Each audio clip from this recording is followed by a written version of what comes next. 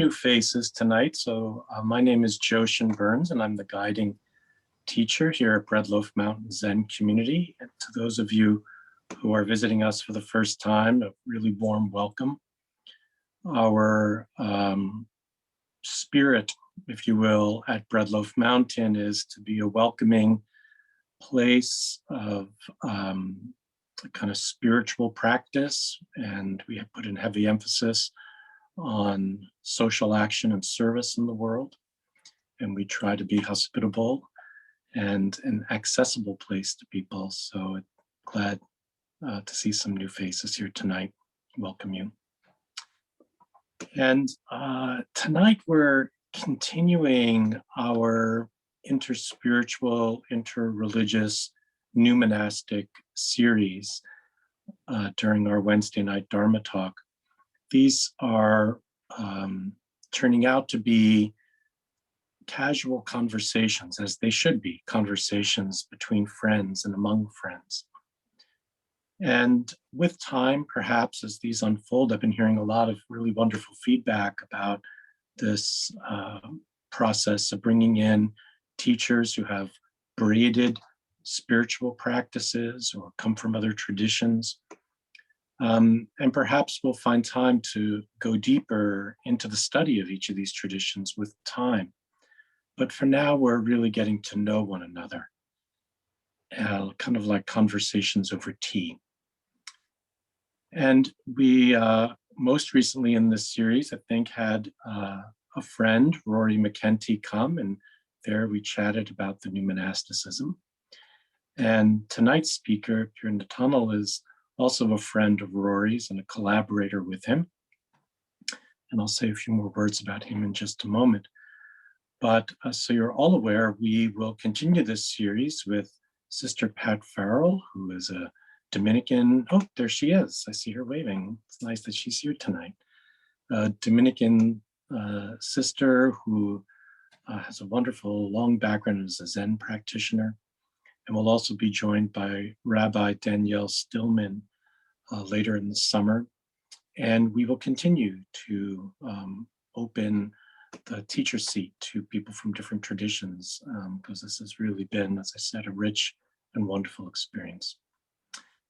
And tonight we have Netanel Miles Yepes, who's joining us. I'm realizing I should probably record this. Is that correct? I'm already recording, Joshin. Oh, okay. Sorry, good to know that. Thank you.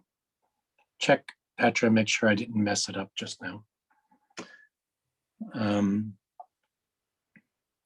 And we met, Netanel and I met in 2018 or 19, I think, when we participated in an interspiritual dialogue out in Oklahoma. And I think we spoke about spiritual formation at that time, is what we were discussing. And since then, I've joined a board that Netanel and Rory and some others have put together, an organization that is creating a path of interspiritual, interreligious formation, which has been very interesting. And I think I mentioned this when Rory visited us a few weeks ago. Netanel is the current head of the, and I hope I say this correctly, Netanel, the Inayati-Maimuni.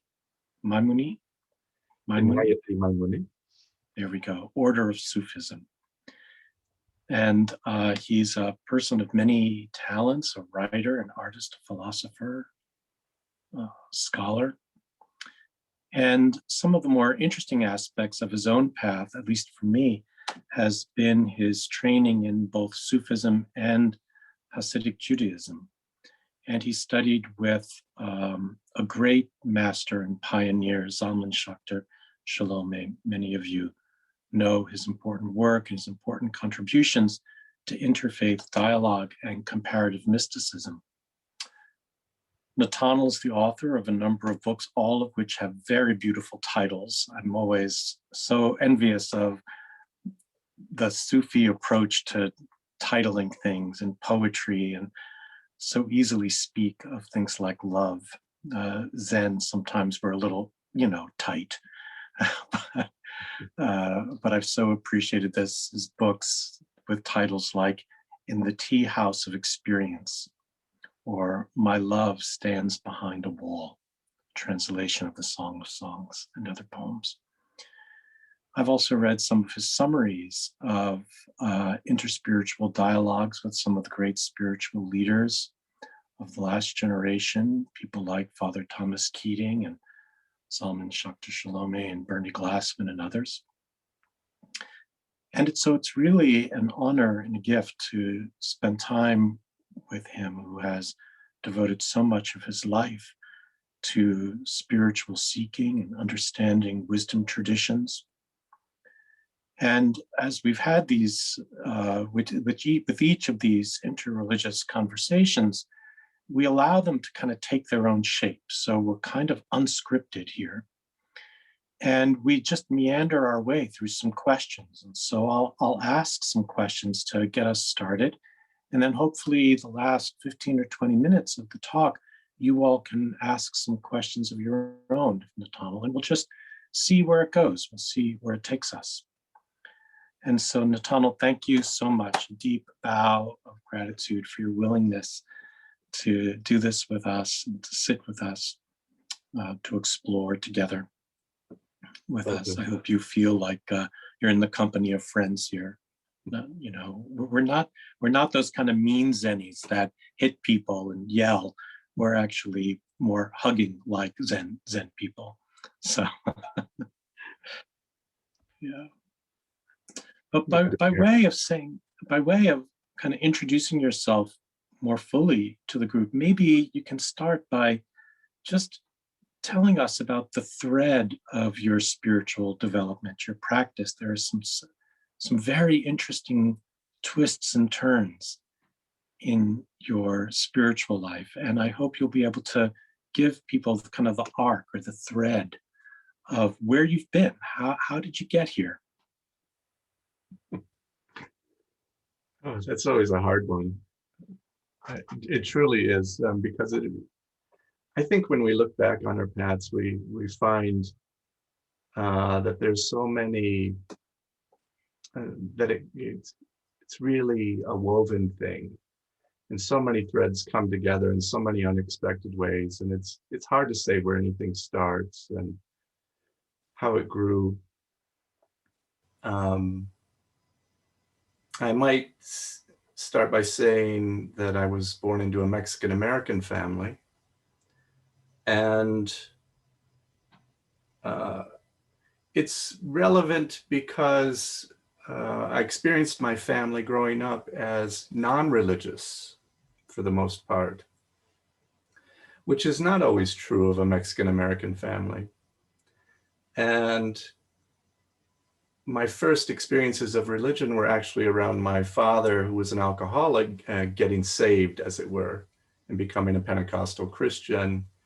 And so on weekends, I would go to church with him, and I had a whole experience of Christianity, which, unlike many people's stories, was not negative. My father was a very sincere Christian, and at a certain point, maybe because I have a kind of devotional personality, it was fairly natural for me to begin reading the Bible and praying and following my father's example. He was a wonderful extemporaneous prayer. You know, he could just pray and it would unfold beautifully. And I remember what that meant to me.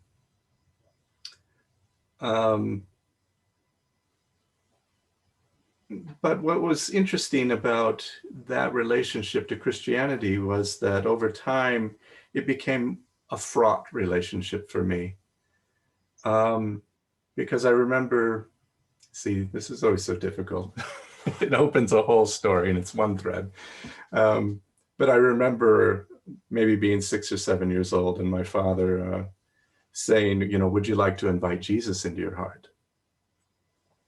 And I remember there was no caution, no doubt. It was just yes, you know. And that evening when we knelt down by my bed to pray, my brother too, my father began to pray what is called the sinner's prayer, if you're an evangelical. And the sinner's prayer has no particular words, except that you confess your guilt before God and your need of atonement and forgiveness. And I remember my father's words, Father, we stand before you sinners, pleading the blood of the Lamb over our lives, the blood of Jesus Christ, your only begotten Son, who gave his life so that we might live and have more life and have it to the full. And to speak like that. And at the moment, it didn't strike me as odd. There was a great sense of fulfillment that I was now a Christian. But I think every day afterwards, I wondered what that meant, to plead my guilt before God. And it set up a wonderfully difficult dialogue within me about what is the nature of spiritual practice and what is it to be religious? Because when I look back, being 6 or 7 years old, what did I have to feel guilty about? I don't even think I'd stolen the Star Wars figure from the store yet, which I did later, So what was it in me that said, just yes, I want Jesus to come into my heart? I said it not because I needed to redeem my life after a life of mistakes. That's what my father was doing, but it wasn't what I was doing.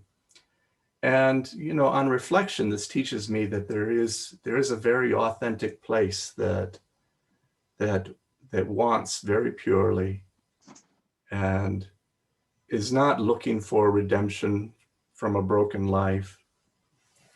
But praying the sinner's prayer implied that that's what it was about.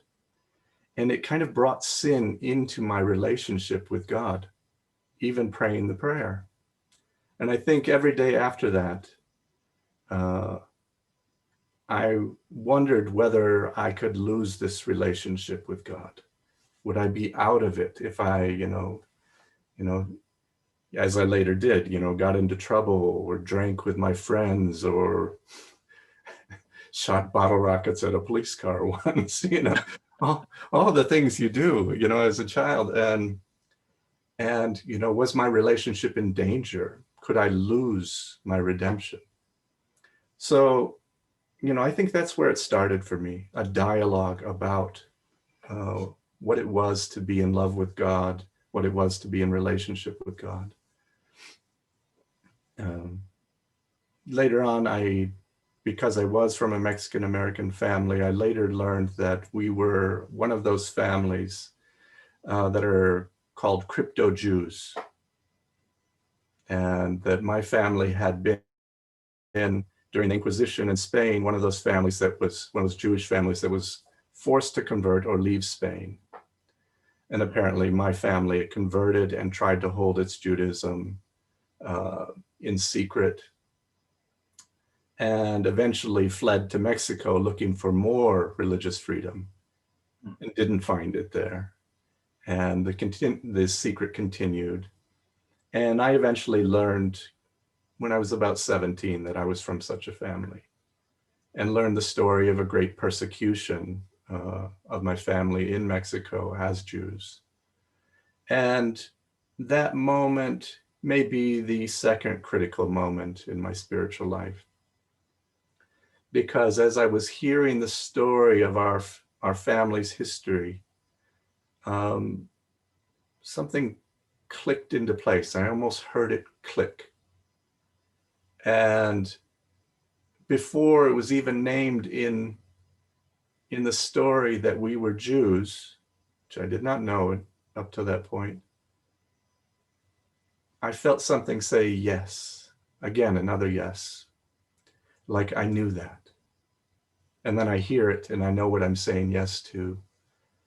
And that created another interesting conflict, because at that point I identified as Christian. And now I learned that while Christian, I also have this Jewish inheritance. And how am I going to work this out? It's not even like I was making a choice. It wasn't like I'm going to abandon Christianity and become a Buddhist. It was that I was born into two situations and had them to work out. And it seemed perfectly natural to me. I just began to explore more and more about Judaism, and then more and more about religion, until my identity was fairly complex and layered. And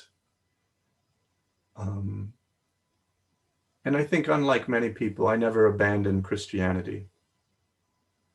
I think I outgrew the version that I grew up with. But so what do you do with that? Nothing's left behind. It's all part of a complex identity. And how do you honor a complex identity and not have rejected elements within the self? So again, very long story. But those are the two first critical points, I think, in it. And so, I mean, okay, so you're now a Sufi and you teach at a Buddhist university. So tie it together. What was the other, what were the other roads, threads that got braided together? I think it happened, in a way that looks fairly natural to me. I was studying religion in college, history of religions, and was becoming a pretty good academic, but also falling prey to the problems of being an academic, which is a great sense of knowing the answers without necessarily having tasted the wisdom. And so a great master of information, but not a great master of experience. And that's the great temptation and flaw in academic study. And I'd gotten well into that. And then somehow in a mirror, as it were, witnessed myself becoming very full of knowledge. And what I saw really turned me off. Feeling I was better than a practitioner. And remembering that the path that had led me there was one of devotion. I was studying religion because I wanted answers. I was naturally devoted, and I was becoming something else.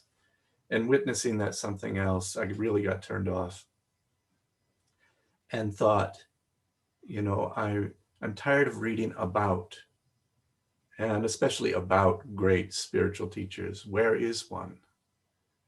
Where can I find such a person? How can I become a real practitioner? And my search for my own Jewish identity was still very new. And I grew up in a town without a lot of Jews. And so there wasn't a lot of access. And even in college, I was still studying Judaism, not being Jewish. And I had remembered reading an article by a Rabbi Zalman Schachter. The article was from 1960, so he wasn't the radical revolutionary person he later became. He was still an Orthodox Chassid. But I remembered that article, and I looked him up and found that he was now quite a different person, and the World Wisdom Chair holder at the then Naropa Institute. It's now Naropa University. And so this Hasidic master, fairly radical, holds the World Wisdom Chair at a Buddhist-inspired university. And I just had to know more. And so it just came up when I was at the jumping off point. I needed to become something else. And I felt like this was the person. Mm. And I made that, I took that step that's put me on a more mythological journey. where I went to meet the teacher, at great risk, meaning that my whole life was on the line, my future. And I went across the country kind of gambling that maybe this person would take me as their student. I entered the Naropa Institute and I entered their Indo-Tibetan Buddhist Studies program. And so I was continuing my education, but the idea was really to meet this person and learn what it was to be Jewish, to learn about Jewish mysticism.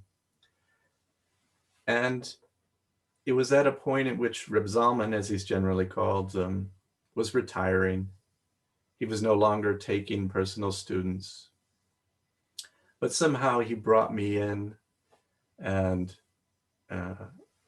I often tell people that I feel like the luckiest boy in the world because I got that relationship of a Luke to an Obi-Wan.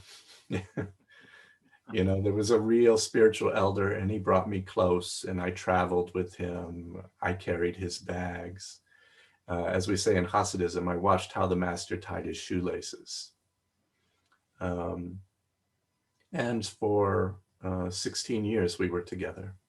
Wow. in a long apprenticeship with a very young man and a man at the tail end of his life. And that was a very profound journey for me. And he coached me into spiritual maturity, if I can claim that. Yeah. I don't even know if I had it when he passed, and his passing became a part of my own maturation. And in fact, he, if I understand the story correctly, he opened the door to Sufism for you. Yes, I'd known him 2 years and I was about to graduate from Naropa. And I think he thought that maybe I would be moving on, but he was actually the reason I'd come to Boulder in the first place. And so he said he wanted to talk to me about my future. And he did a lovely thing. He went inside, closed his eyes. He said, well, first he said, I don't know what to do with you. I could make you a rabbi, but I don't think it would serve your soul to do that. And then he closed his eyes and began to rock as he did. And he said, I can see in what worlds your soul is Jewish, in what levels, action, feeling, knowing, being. He says, but I don't feel it's your purpose in this life to be a Jewish teacher. And then he said, eyes still closed, he says, if you can stand to exist at the crossroads of religion, you're going to help a lot of people. If you can stand to exist at the crossroads of religion, because it's uncomfortable, you don't have a place that is your own, a people that is your own, you're at the crossroads. He said, if you can stand, if you can endure it there, you'll help a lot of people, because that's what's happening in the world. And then he opened his eyes and says, what do you know about Sufism? And I tell him that I'd studied it in college a little and I was friendly to it, didn't know a great deal. And then he tells me that in the mid-70s, he and a Sufi master, Pir Vilayat Inayat Khan, had actually done something quite remarkable. Here, a Hasidic master and a Sufi master did mutual initiations for one another into their traditions. Mm. And I don't know how many times that's ever happened on the planet, but it was significant. And so he told me that he is actually a Sufi sheikh because of this. And that with regard to Sufism, he's never chosen to take a student. He said, in Sufism, I've always been an uncle and not a papa. Those were his words. An uncle can dispense advice, but doesn't take responsibility for your life. He says, but he's going to break that rule now and initiate me as a Sufi. Oh, wow. And the lineage is a universalist Sufi lineage, so it's not necessarily tied to Islam. And under the aegis of that, he believed I would be able to act interspiritually. I would be able to act as a fully empowered Sufi. I would even be able to continue as a Jewish practitioner. And I was telling one of my own students that this was a mystery to me for more than a decade. Like, I was there for Hasidism. I was there to find my Judaism. And this Sufi thing was a curveball. And I don't think it was until he had passed, really, that I realized that he was right. Stylistically, I was always a Sufi.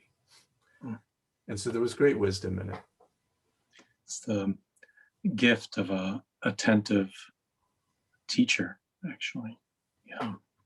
You know, recently, I'm going to combine a couple questions because I want to be sure we have time for the Sangha. But recently, you and I spoke, and you said something to me that's really kind of stuck with me. You said, there is a room in the house of Sufism that is dedicated to universalism. And I love this kind of image, and I've been using it with some of the folks at Breadloaf Mountain, like kind of flipping it inside out, actually. You know, is there a room inside our Zen community that's devoted to universalism or devoted to interspiritual dialogue? Or even more, if we have this Zen peacemaker house, and Zen peacemaker is characterized in part by this kind of radical inclusivity of wisdom traditions. Can we have just a room in our house dedicated to traditional Zen, you know, where people do the training? So I'm curious to know, you know, and from your perspective, how do you, you know, as a Sufi teacher, how do you hold the lineage? How do you hold the tradition? Do you hold it as a room in the house?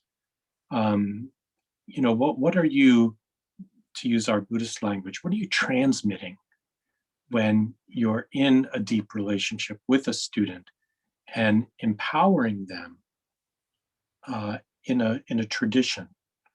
You know, you have this beautiful braided path. What are you transmitting? If I can kind of mix up vocabularies. Well, I think it's complex. I think when you take on,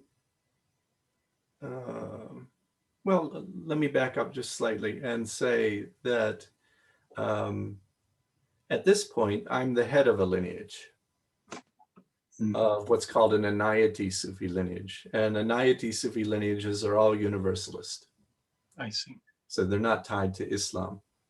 And the reason I'm the head of an Inayati lineage and not just a practitioner is because of this fusion between Hasidism and Sufism that became, or which is part of the character of the Sufism that Reb Zalman and I began to practice together. Since he was a Hasidic master and also a Sufi master, and he had me trained in both, it became a question at a certain point, what was I teaching students?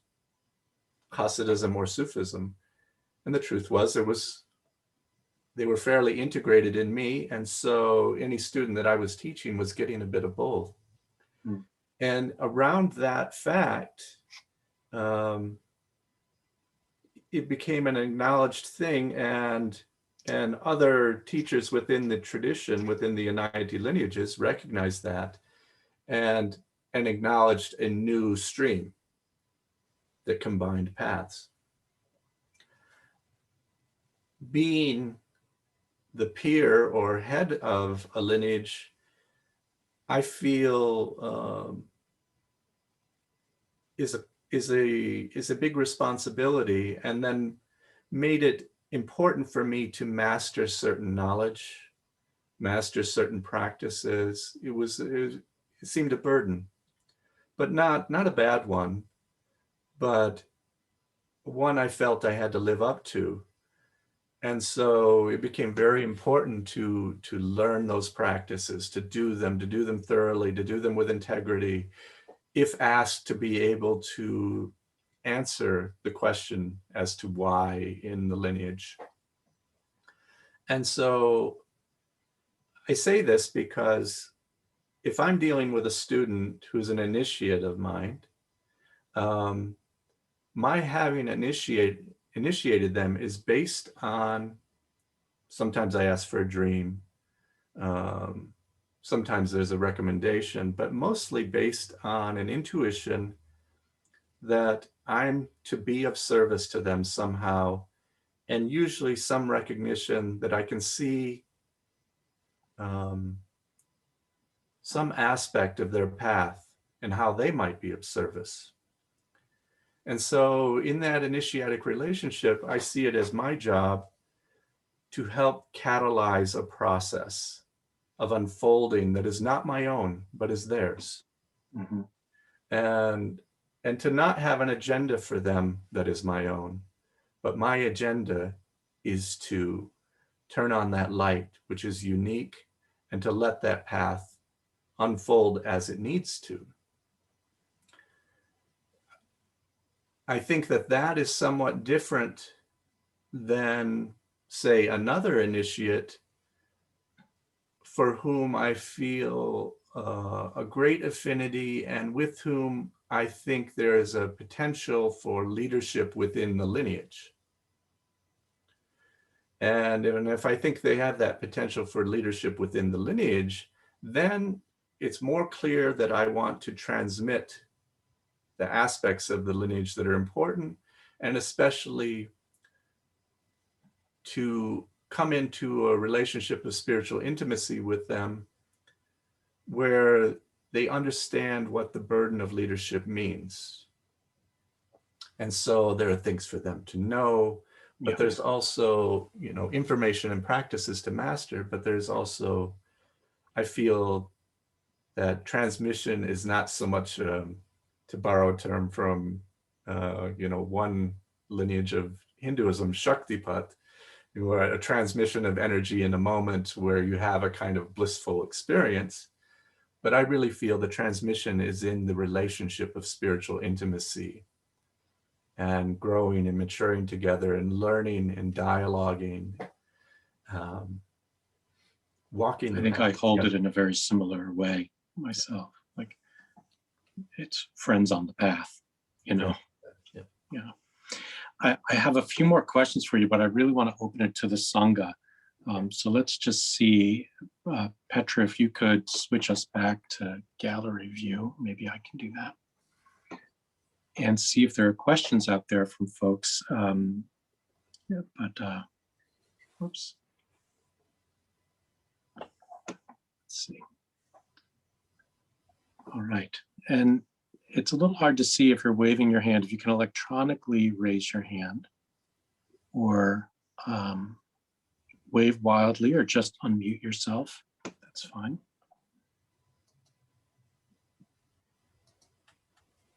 Thing bubbling up out there for folks? Yes, Sister Pat. Thank you so very much. I really appreciate this because I'm one who has my feet in different paths myself. So as a Catholic sister and as someone in a Zen Sangha has been practicing. So but I was wondering if you could say more about the burden of leadership and what does that look like, if you can, how is that shared, and how does one learn that from you or from your teacher? Well, I suspect but I'll speak some of my own feelings about it. And I suppose there are those who don't experience it as a burden, and they might be suspect if they don't experience it as a burden. There was a, and that's not to say that it isn't also a joy and couldn't be also a joy. there's a lovely moment. What was that documentary or kind of mockumentary of several years ago, where an Indian American man pretends to be a guru?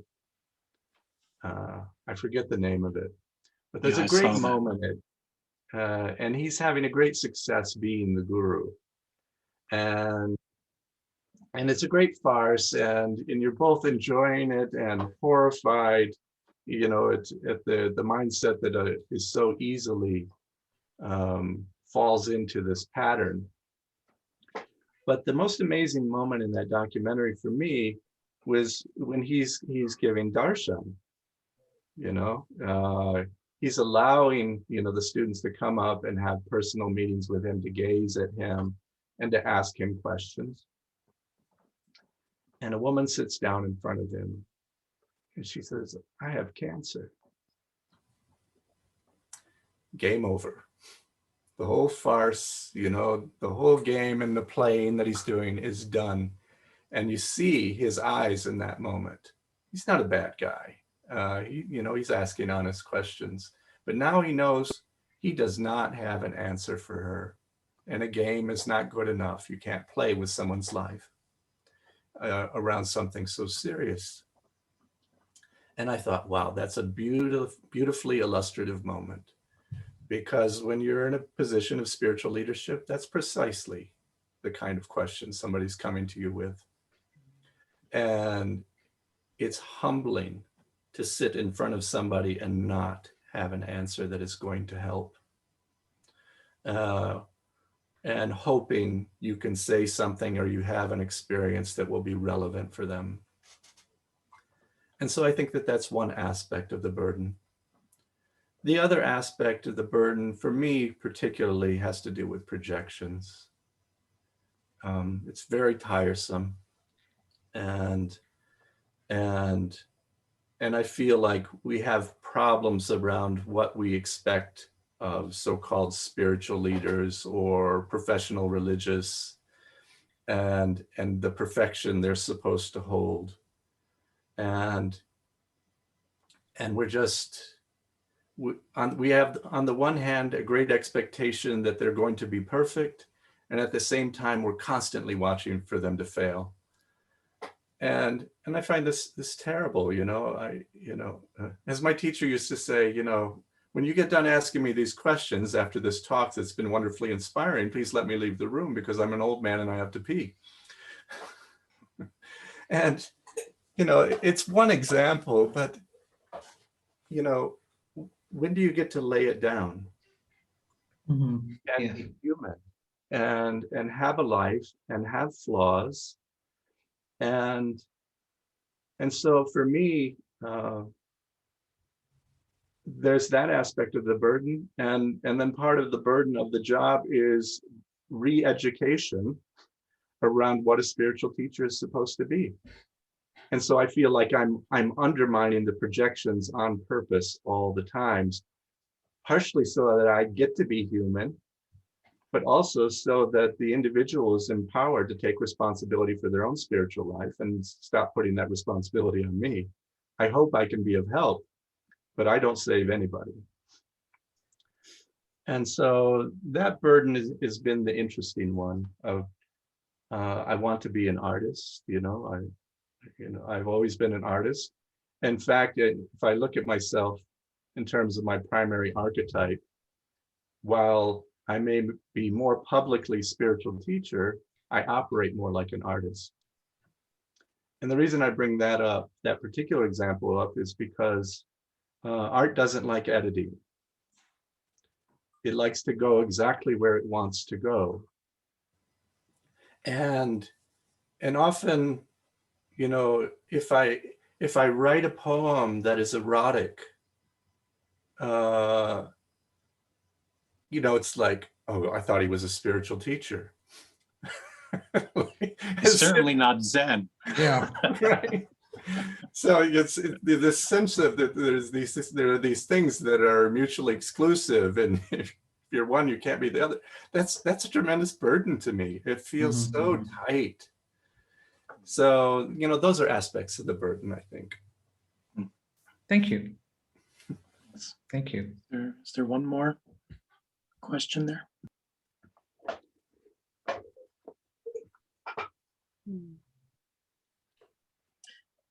Netanel, we only have a Paul? minute and, oh, sorry, go ahead. Paul. Am I missing somebody? Yeah, Paul was waving his hand. Paul, where are you? If someone wants to speak, I didn't mean to steal the stage. I feel Go that a ahead. lot of my questions are all about myself, and I'm not sure that that's necessarily healthy, but maybe it is. I just wanted to comment that you just legitimized much of my life. And I'll try to say this quickly. I was raised by, quote, agnostic, irreligious patients. I went to a prep school that was so Episcopalian that they fired the headmaster 2 years later because he tried to hire a chaplain for the school that was not Episcopal. And that got me interested. It made me think there was something there. But then I went about my life. My wife and I got married. We were in San Francisco. We felt the need for something, ran into the Integral Yoga Institute and Swami Satchidananda, and were disciples of Swami Satchidananda for a few years. Then we moved to Northern California, felt we needed to go to a Christian church, became Methodists. But then after that, we had to move and went some places, and we became Methodists because we really liked the pastor.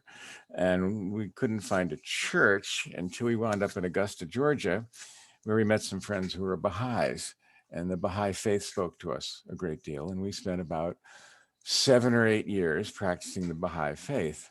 But then we moved to the North Country, and we were ready to, for a couple of reasons we needed something different. And so we joined the Congregational Church. And all this time we were basically there because we really liked the preacher, and I liked singing in choirs.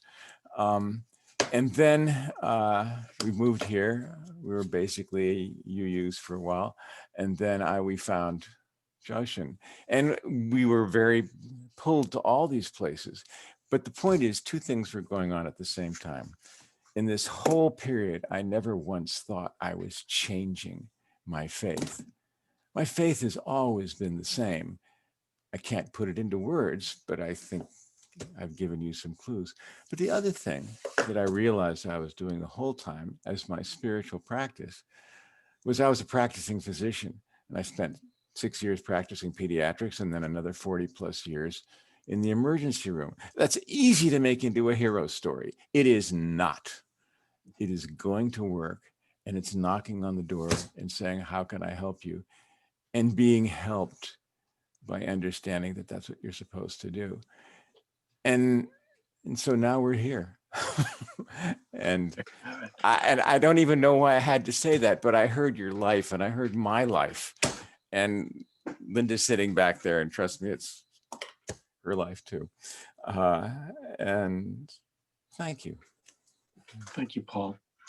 Well, one of the reasons we are having this series is because I suspect many of us who are sitting in a Western American Zen peacemaker Zendo have been traveling a path for a while, and we're not practicing the religions we were born into. Many of us are not, or many of us have integrated other spiritual paths and styles and cultures into our Zen life.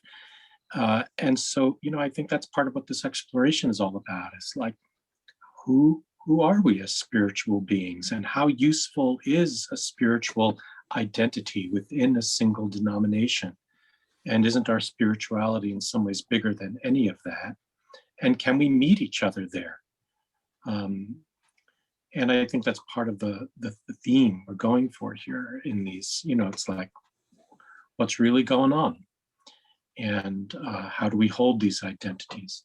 And I think, for future conversations, Netanel, this is an invitation to come back again at some point, is I'd love to hear, what do we think about the future of religion? I mean, you're sitting at a university with young people who are thinking a lot about their spiritual lives. And how are we working from these wisdom traditions in the complex world of where we're struggling with questions of justice and right and all of that in a deeply polarized society? What's our place in all of that?